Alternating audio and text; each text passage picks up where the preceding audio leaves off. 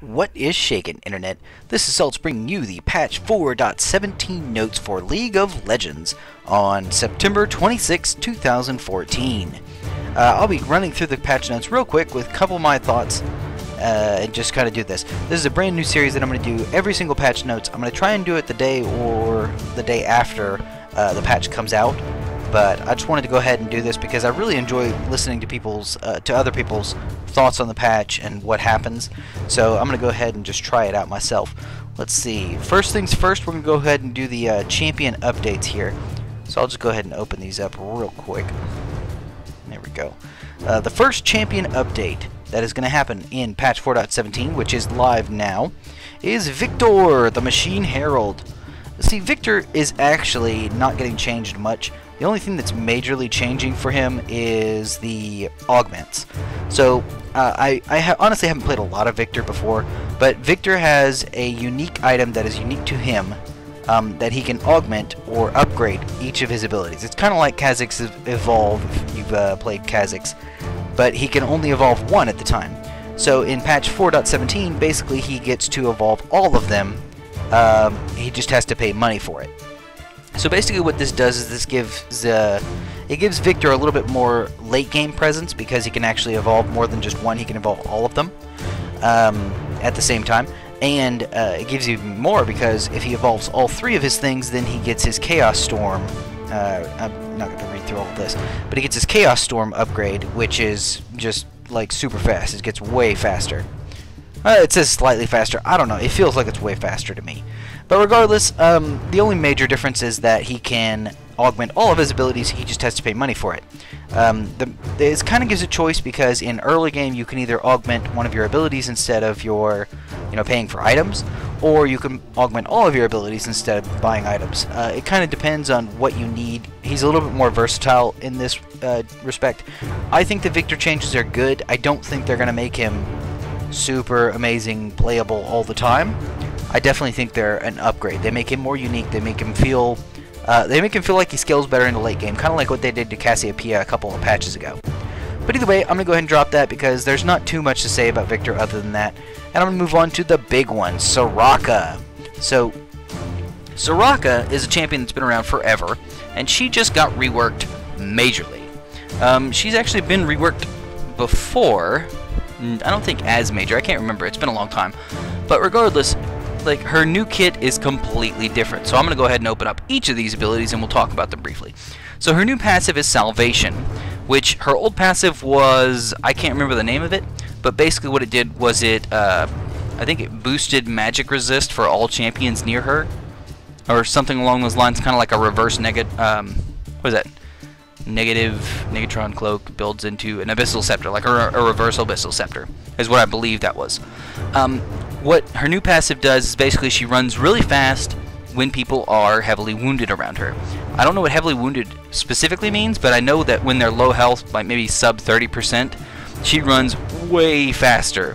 So she runs a lot faster when this actually works. It's also nice to note that it's not really noted here in the patch notes, but she has a new indicator on like her champion that if people are around her are low, or if people anywhere on the map are low, it gives her a little arrow pointing saying, hey, there's a low champion in this direction. It's kind of nice because we'll talk about that in the wish, but it's a nice little indicator to say, hey, your teammates are low. So if you see 4 low arrows or 4 arrows around her, that means you can use your ultimate more effectively. This passive is pretty good. I know that they were working on some other things, but I don't see anything about removing her bonus armor and stuff like that, so she can still be a tank, she can still be all that stuff if she really wants to be. She just won't heal as much. Let's see, so go ahead and move on from there. Starcall. So Starcall used to be an AoE around her. Everybody around her immediately got hit by these falling stars. They lowered the magic resist. It was a super low cooldown. Nowadays, it's a higher cooldown skill shot. So basically what she does is she targets... maybe I can just play this video for you while I do it.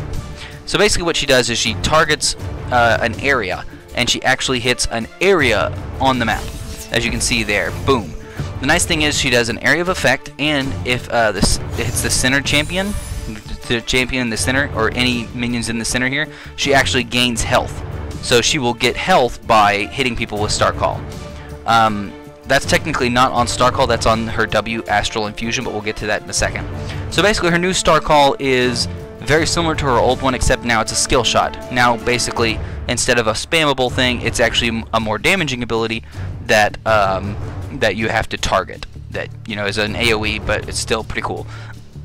I think this is definitely a nerf to what she had before, because her old one had no, like, had a decent, very good range, and it had no maximum number of targets to hit. This one is a little bit more skill-based. I think hopefully it'll be more damaging, more damage-based. It'll still give her a lane presence as far as like a bully or something like that, but I don't think it's as good as her old one, especially in team fights, because her old one was so spammable. I don't know what this one's cooldown is, but it's probably not as good as the old one. Astral Infusion has a passive and an active. So the passive is what I was talking about. Basically, she heals herself whenever she hits an enemy champion with Star Call.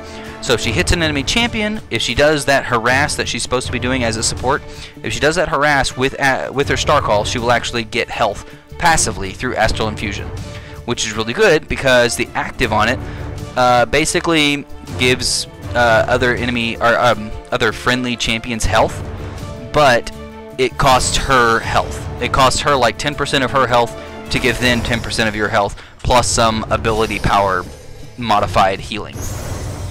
But as you can see from this video, it is ridiculously low cooldown. Like it's a 4-second cooldown at max rank, I think, and you can get the 40% reduction, cooldown reduction. So it's like every 2 seconds you can be healing them for 10% of their entire health, or 10% of your health. It's just crazy. Like, you can do major healing, but because it costs 10% of your health, it's actually, you know, it gives a little bit more benefit. This is the major change to Soraka. Basically, what this does is makes her more of a support and less of a possible AP carry. Like, a long time ago, I don't know if it's viable anymore because I haven't seen it, but Soraka used to be a very strong top laner. Like, she'd be able to heal herself and give herself mana. Obviously, she can't give herself mana anymore, but she can still heal herself, so she can still do a lot of harass with Star Call and heal herself up with Astral Infusion. But with this change, she's no longer allowed to heal herself because it costs, you know, her health to heal. So basically, what it does is gives her a little bit more of a lane presence. It's like, hey, I can heal a lot more. I can dump a lot more health onto my carry or AD carry or whoever else is around. Especially in team fights, this is really good because you can just heal. The problem is you are going to be taking a lot of damage from doing this. Like, you're hurting yourself very much. So I don't know how the perfect build will go, but I'm not sure how all this is going to work. I'm not sure if maybe if you get more health, that your friend gets more health when you heal them. We'll have to see. You'll have to look at the actual ratios to know a little bit more about that. But that's the major change to Soraka. That's the big change right there. Unfortunately, actually, that's not the only big change. Equinox is her new E, and I think it's a big change. It's a major change from what she had, but I think it's a very good change in my opinion. This is the really good change. The Astral Infusion, I'm kind of on the fence. It's like, hey, it's a good thing, but it's also a bad thing. I'm not 100% sure. I need to really try it out. Equinox, 100% a good thing. So her previous E, basically, she silenced the champion, so she like could literally silence an enemy champion, or she could cast it on an allied champion, and it would give them mana. Nowadays, that's kind of worthless. Like, you don't ever almost use it for mana. I mean, you do in some situations, in like an ARAM and things like that, but generally you don't want to use that for mana.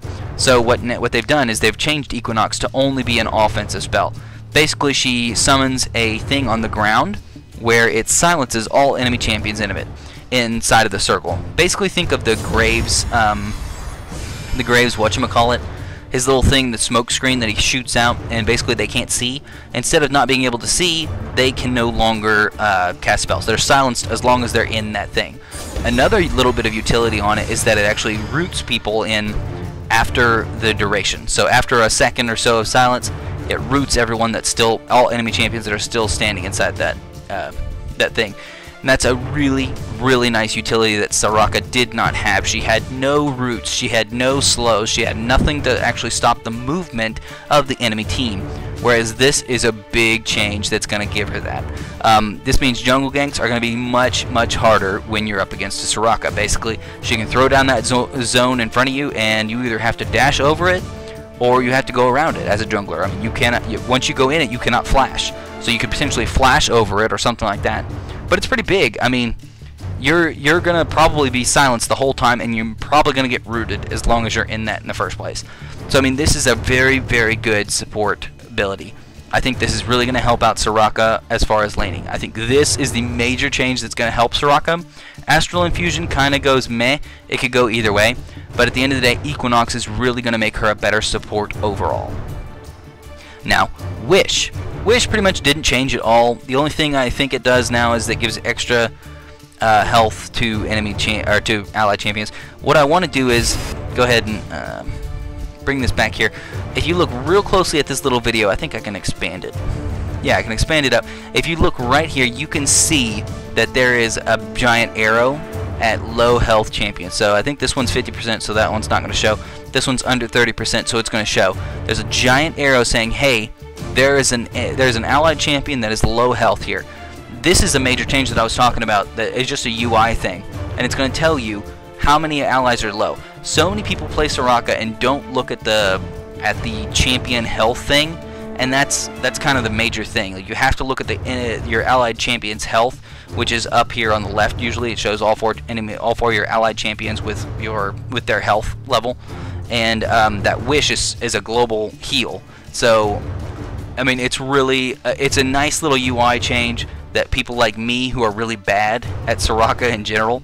It just gives us a little bit more, hey, I can just look at the arrows and say, there's more arrows, I need to press R. Boom. That's great. That's what I want to see. I'm not going to go through all this stuff, but basically I think that she's a way better support now, especially because of that Equinox. I think the Astral Infusion is a major change that I'll have to figure out. That's a little bit harder to figure out, but I think the Equinox is really going to be the game changer for Soraka, and really, if she comes back into a good support role, it's going to be Equinox. It's not going to be Astral Infusion that does that. So let's go ahead and move forward with a couple other changes. The rest of the changes are mostly minor, but we'll go ahead and cover them anyway. Cassiopeia. So Cassiopeia has some changes, I will say. I would say they're buffs overall.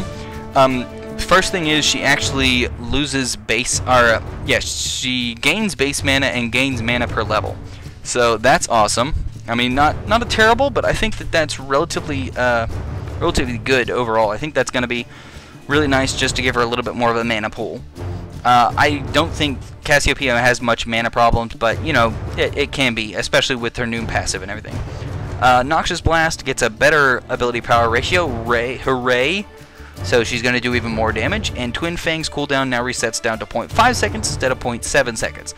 More damage Cassiopeia. I think this is, now that I look at it, I thought it was nerfs, but no, it's totally buffs. Like, this is buffs all across the board. Yay, Cassiopeia, do more. So she's going to be doing more damage. Rock on. Ezreal, a little bit of auto attack fixing on Pulsefire Ezreal, no big deal at all. Garen. I want to talk about this real quick. The only change to Garen is his passive. Basically, his passive was Perseverance. I think it was called that anyway. But before, it did two things. It basically gave you 0.4% maximum health per second at all levels, and it reset if you took any damage.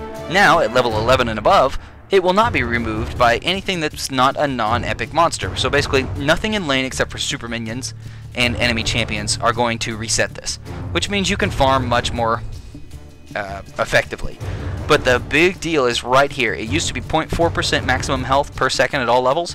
Now it's 0.4 at level 1 through 10, 0.8 at level 11 through 15, and 2% maximum health. Like, what? That sounds so broken. 2% health per second.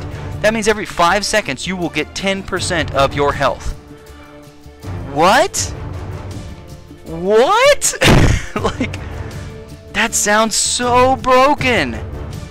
Also, Perseverance didn't kick back on until 9 seconds at all levels. 9 seconds. You had to take no damage from anything for 9 seconds at all levels. Now, you only have to take 4 seconds. After level 16, when you get that 2% health per second, you get it back every 4 seconds if you don't take damage from a non-epic monster, or that's it. I mean, you have to take damage from super minions or a champion, or be in the jungle, and you get so much health. I think this is going to be broken. I think I want to go play Garen right now.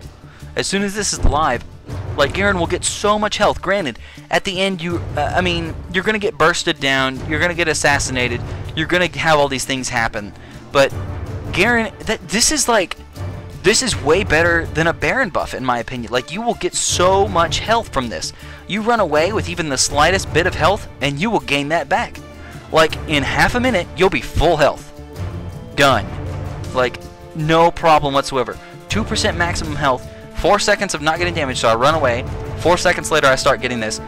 20 seconds later, I have 80% of my health back. Like, ridiculous. I do not understand. Like, this number is either broken or I'm not understanding something, because that sounds really, really bad. Granted, I will say Garen's passive was pretty poor late game. Like, it was great early game because you could heal up very fast. But, I mean, late game, it was just like, okay, well, you know, I gotta go back to base anyway and heal and buy and all that stuff. But this is gonna let Garen stay for a long, long time. I gotta say, I want to see this in action. Okay, moving on. Heimerdinger. Upgrade can be cast while Heimerdinger is disabled. That's a nice little change. I mean, I don't think it really matters too much, but it is kind of nice. Disabled, I'm not sure if that means suppressed.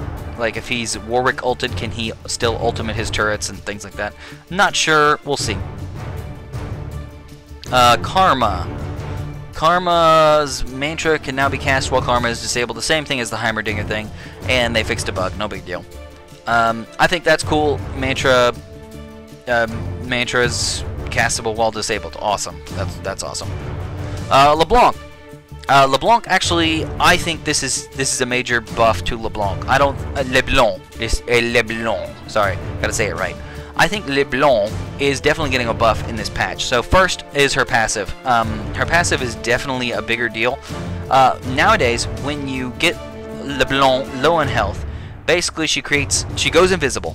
So she goes invisible, completely invisible for half a second, and then immediately she pops out with a clone.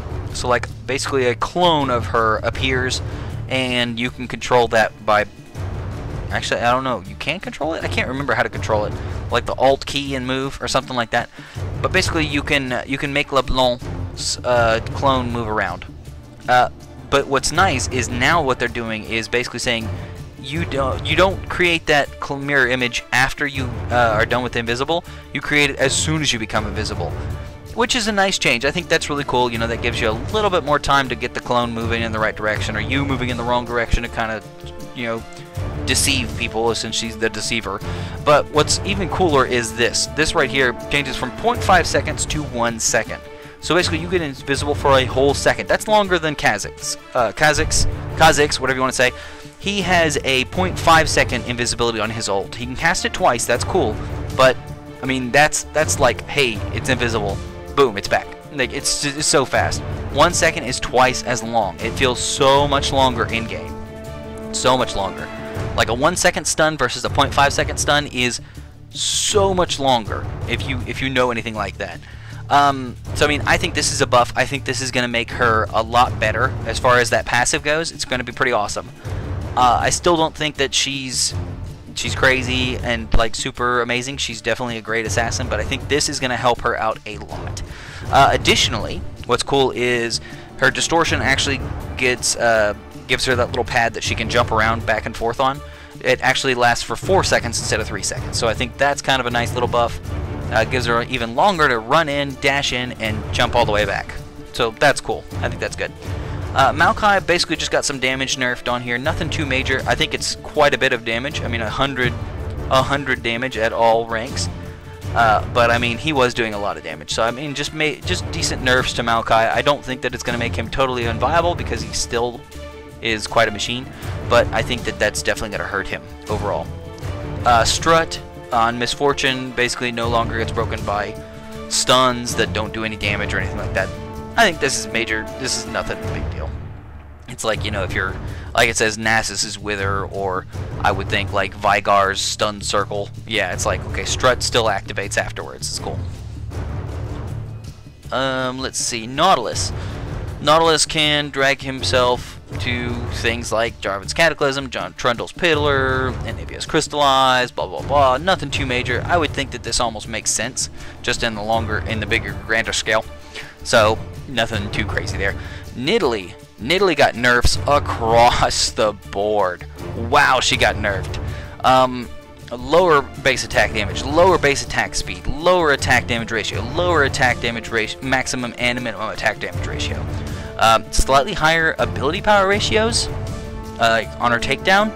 I don't think that that's going to matter because AP Nidalee, I mean, is not really a major thing. It's fun in ARAM, but it's not a major thing that I've seen in Summoner's Rift or other people I've seen people play.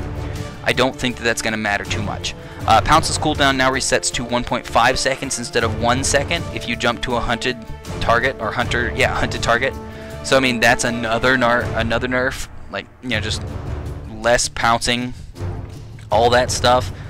The only nice thing is it does grant cooldown, but I don't know if I was building any cooldown on Nidalee in the first place. I mean, you might have some, but I mean, I guess it's kind of nice, but I mean, even at max 40% cooldown reduction, your pounce gets down to a 0.9 seconds instead of a 1 second that it was before without cooldown any ratio. So I mean, with maximum cooldown, you're slightly better, but nobody's gonna build maximum cooldown on Nidalee until really, really late game.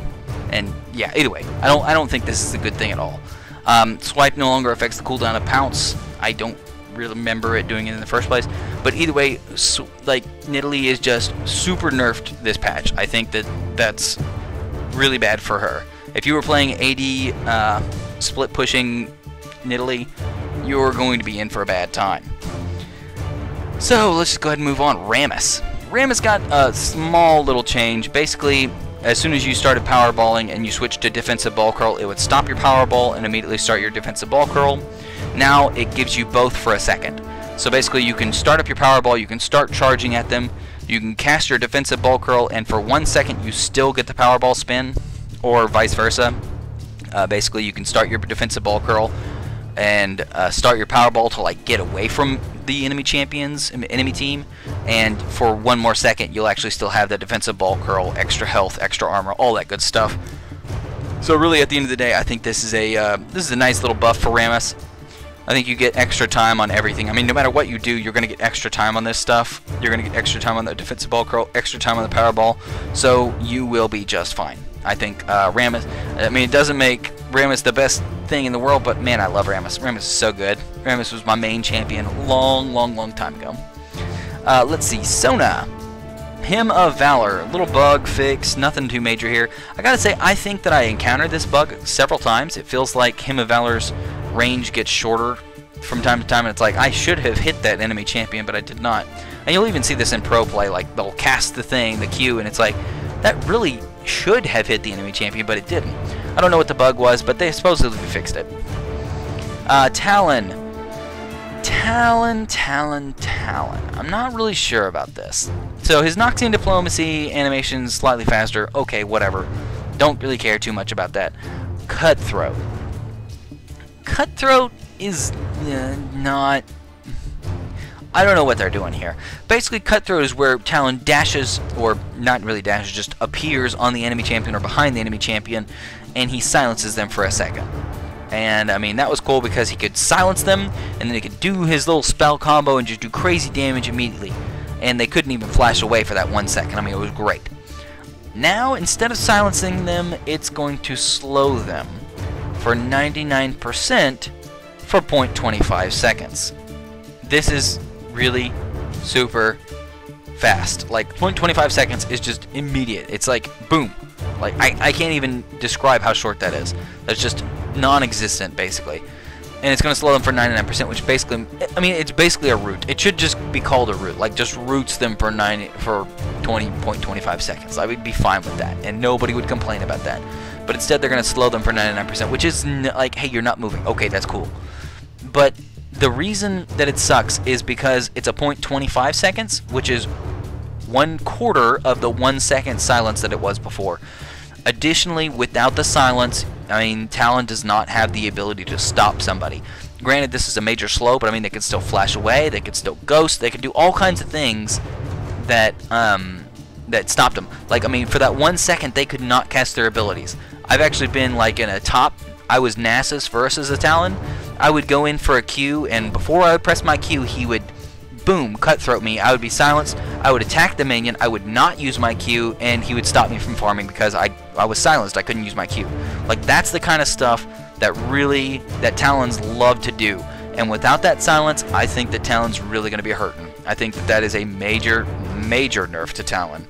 I don't think that he was, ridiculously played before. I think that he was some great counters for certain picks, but without that silence, it's gonna suck. Like, Talon is in for a bad time. Let's see. Shadow Assault has a particle to indicate the Talon is hasted. Whatever. That's great. Cool stuff. Tristana is next. Tristana's Buster Shot gets nerfed. From 60 seconds at like rank 6, you get to Buster Shot every 60 seconds. Now you get to Buster Shot every 100 seconds, which is a big nerf. Even at max rank, it's still 70 seconds, which is still a big nerf. Like, basically, you will not be Buster Shotting that much. You will not have that much disengage. You will not have that much peel for yourself. Tristana players are going to be hurting, in my opinion. Granted, she's a late game carry. I don't think this is going to affect her late game too much, but it definitely hurts her early game and mid game. Like, it gives her a lot more squishiness and killability, if that's a word. Moving on, Yasuo. Yeah, some bug fix on his Q, Steel Tempest. I don't know. I never encountered this thing, so I don't know. Zillion, Chrono Shift. Visual effect size has been increased for the rotating hourglasses on his ultimate. So basically, when he ults somebody, instead of having 3 tiny little hourglasses around, there'll be 3 slightly bigger hourglasses around them, indicating that, hey, don't attack this person because they're going to come back even if you kill them. Cool. Even though that really doesn't do anything, so overall, whatever. Oh, there's a spider. Ah! Spider's attacking me. Alright, moving on. Mass texture rebalance. Whole bunch of champions got new textures. I would suggest going to Surrender at 20 if you want to see these, because they have screenshots of everything. Surrender at 20 is a really nice blog that kind of covers all this stuff, so great. Elixir of Brilliance, Elixir of Fortitude, all these stuff basically level up with you. If you use them at level 11 and then you level up to level 12 and level 13, they will actually move up with you. Before they didn't. Before they were like, use it at level 11, okay, they're going to stay at level 11. Dominion, respawn mechanics are slightly changed. The handicap not only applies if there's a point difference greater than 50. I did not realize that. Okay, awesome. I didn't realize that at all. Some changes to Master Tier. I don't think anybody cares unless you're Diamond 1 or Master. And if you are, why are you watching my videos? Like, holy cow, carry me. Carry me so hard, please. Add me in game and carry me to victory, because I am bad. Ranked Inactivity Decay. I think this is a really great change, actually. So basically, if you're Silver and Gold and Bronze, you could decay. I'm not sure about Bronze, but you could decay out of Silver and Bronze and Gold. I actually had this happen to me in Season 2, I believe? Maybe Season 3. No, yeah, Season 3. It happened last season. I was like high Silver, Silver 2 or something, and I stopped playing for like ever, and I decayed all the way to Bronze 1. And when I came back at the end of Season 3, I logged back in, and I was Bronze 1. And I was like, oh crap, I need to get my Silver so I can get my Silver rewards. And I missed the deadline. I didn't get back in up to Silver in time, and I got my Bronze rewards for Season 3 because I'm so good. So yeah, I mean, this is a great change. Basically, if you're Silver, Gold, Bronze, you will not decay an elo just for not playing. And that is awesome. I like that. It doesn't pressure me into playing a game every 2 weeks, especially when, I really don't want to. Some days, some weeks, I don't care to play League at all. So, ranked duo queue. Something about you can only be a tier above or below somebody that you're duo queuing with. That's kind of cool. I don't think that that's crazy. I mean, basically, Diamond players can't be elo boosting people that are in, I guess, Gold or less. So, whatever. Unless they have an alternate account. Ranked restrictions, we recently posted about it, blah, blah, blah, blah. This is actually something to say if you get banned from rank, you get to have to play normal games so long, and you get You can't chat at all, and you get ranked again afterwards. I don't know. Go ahead and look it up if you really want. There's nothing too major. I'm not going to worry about this too much. A couple of minor bug fixes, so I'm just going to skip over them. Upcoming skins, the Fnatic skins. These are awesome. I'm so glad that they finally brought these back from Season 1. Season 1 champions Fnatic is finally getting their skins. That's awesome. And this Order of the Lotus Karma. I did not realize that, but that's cool. One final thing that's actually not in the patch notes, but I did want to say something. Actually, it might be in the top of the patch notes. I might have skipped over it. But the Summoner's Rift. Summoner's Rift is being updated. Basically, Summoner's Rift has a visual update that is going in, and it is about to happen, and it's going to be awesome. I think the new Summoner's Rift looks so good, but it is not in yet. It's just it went in with the patch, but they haven't changed the map. So once they change the map, it'll be awesome, and you'll be able to see it. But it's been on the PvE for a while. It's much better textures, much better colors. I think just it looks great. It's still the exact same map, but there's just minor tweaks that are looking great. So, okay, I think that was good enough. That's pretty much all the patch notes for patch 4.17. This is a day or two late. Hopefully the next one, when 4.18 comes out, I will be able to cover it real quick and get you guys all the information that you need. But hopefully you guys have enjoyed this quick little rundown of patch 4.17. If you do like this, please like that video, hit that like button down there, and subscribe to my channel for more patch notes in the future and more League of Legends content, as well as everything else that I do on my channel. But I'll go ahead and rambled enough, so you guys, thank you very much for watching. Please like, favorite, share, subscribe, and, as always, you keep it salty, Internet.